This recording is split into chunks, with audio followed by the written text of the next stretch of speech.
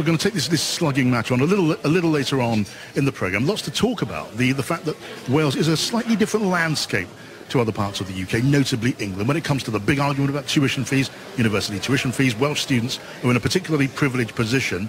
A lot of people maybe listening in might like to know exactly what that's about, where the money comes from. Why should Wales students be so much better off? All of that a bit later on. But first, a bit more encouragement for you all, because I like to do what I can to keep smiles on people's faces wherever I go. It's not always easy, is it, to find people who are really passionate about politics? But as it turned out, I found one when I looked up the star of the show, which has turned into one of Cardiff's premium and most famous exports on the world market. I'm talking about Doctor Who. And who likes it here? Just a show of hands among you. Yeah. All the hands of the AM candidates go up. Matt Smith, he's the sixth actor to hold the keys to the TARDIS. You can text me if I'm wrong about that, if you're a particular Doctor Who anorak and I've got that one wrong. But I started by asking him why he was so fascinated by that strange Gothic palace that is the Palace of Westminster. Let's just start with this. Now, why am I talking to Matt Smith? Because it's obviously an interesting thing to talk to Doctor Who at any given moment. I can actually remember the first Doctor Who as a very young John Pienaar looking at a black and white TV set in my family's flat in South London. And I remember it like it was yesterday, so there's a good deal of history. But I also know that you're interested in politics. Yeah. And I know that Doctor Who has met Richard Nixon, and he's a personal friend of Winston Churchill. Yeah, so, of course, I'm talking to you about politics. Yeah, I think as you get older, I become more and more aware of what is happening politically, not only in our country, but on a global scale, because it's so present in our lives. I mean, I read a newspaper every day, so you can't help but be affected by the things you read. Now, with everything you read, I think you have to take everything with as much balance and context and try and be as impartial as you can with the information that you receive. And sceptical, because everyone's trying to lead you down one path or another. Kind of. I mean, I don't know. Maybe not. Maybe that's a modern conspiracy theory. Okay. Who knows? Quite selfishly, the reason I'm interested in it is the drama of Question Time in the Houses of Parliament.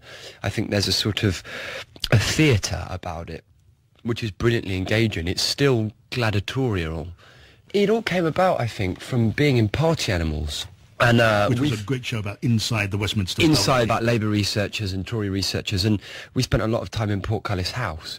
And we looked round Parliament and stuff, and what I found amazing was that was sort of like the lion's den, because you get the journalists that mill around in there, then there's the researchers, and then there's the MPs, and everyone is trading and feeding off everyone else. I just think there's something almost Roman about it. Roman doesn't necessarily mean attractive, though, does it? Roman dramas are all all betrayal and tragedy and suicide and murder. But dramatic then. But these things are Shakespearean. But also, what I find really interesting is that is orchestrated.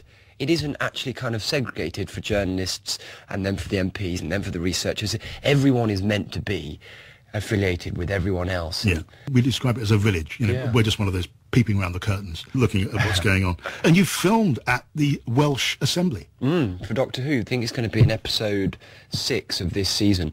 And we were there for a whole morning, and it was completely bare. Very interesting. I mean, I've been in 2 parliaments, which is interesting. Yeah, and Doctor Who is a succession of big political allegories, isn't it? You see an episode about exploitation, whether it's a giant whale carrying a civilization across the cosmos, or whether it is, I don't know, some elite keeping its population in the dark and exploiting them mercilessly. These are all big political questions. I think so. I mean, I think that Stephen's always had a real interest in politics. Stephen Moffat. The writer, I think that drama has always had a real interest in politics as well. So I think what's wonderful about Doctor Who, I mean, I don't think it is just about political investigation dramatically. I think it's about the investigation of big ideas and big themes. Which of course can be transferred and seen and recognised in politics. You know, it's about oppression and loss and love and faith and all these great things, which of course are all political. David Cameron, how would we make of David Cameron? I don't know, he's got to meet him first. David Tennant didn't like David Cameron, but I guess if you suddenly said David Cameron's a bad thing, let's all vote, say Labour or the I'd then have to find another sci-fi superhero who would endorse those leaders. So let's just not go there. And you know, I think my personal political beliefs are irrelevant. I mean, I'm interested in David Cameron. I was at the GQ Awards. He got one, and it's always quite fascinating to see someone come in and hold a room, isn't it? I was struck by the polish, which, you know, I'm sure he's been well trained on, but that's quite a skill, and he was very charismatic, as I suppose you would want. Impressed, though? Yeah, certainly impressed by the, you know, he got a laugh. So what can you say? Let me ask you about something else. It's a charity that you're very closely associated with. Yeah. The Starlight Foundation, which grants wishes to, among other things, terminally ill children. Yeah. It's one of your your great passions. Yeah, it is actually. It's kind of become that somehow. And Bill Nye put me onto it. And being an actor, you never really envisage that you'll be able to sort of work for a charity. It's sort of never something that I considered, because it's actually worthwhile. That's what I said to Richard Curtis about Comic Relief is, I mean, I go to work every day and I do something, I'm very fortunate to do something brilliant, which is really gratifying and, rewards you well and all the rest of it. But then, going down to Comic Relief and seeing that, you go, whoa, this is actually about something. This is actually about change. And Starlight actually changes people's week or day or year. It's just nice to actually be involved in something that is real, about real life. I spend so much time in the imaginary. Are you worried about the future of the NHS, from your contact? Well, I mean, I don't know enough about it really, but I believe it needs to be protected because it's one of the few organisations in the world like it, and it's always been very good to me because I'm clumsy, frankly. And let's just touch on the National Youth Theatre. Yeah. That's, again, another institution that you feel strongly makes a big contribution. That was a huge influence in my life, and that's actually a charity. And, I mean, that changed the course of my life. That's the reason I am an actor, that and a teacher called Mr. Hardingham. There's always a teacher, isn't there? That you remember. If you're lucky, I think you get one good teacher in your life that can change the way you see the world, and that's what great teaching is. It changes the way you see things, I think. It's what great theatre is, it's what great art is. It changes your perspective, I was fortunate enough to have that, but the NYT is something that, it embraces communities and gives people opportunity and allows you to go and do a play in the West End or wherever and really nurtures you, and it is something that I'm very proud to be involved in and want to develop a role in. I mean, should our education system be doing more in that direction? I don't know. What do you think?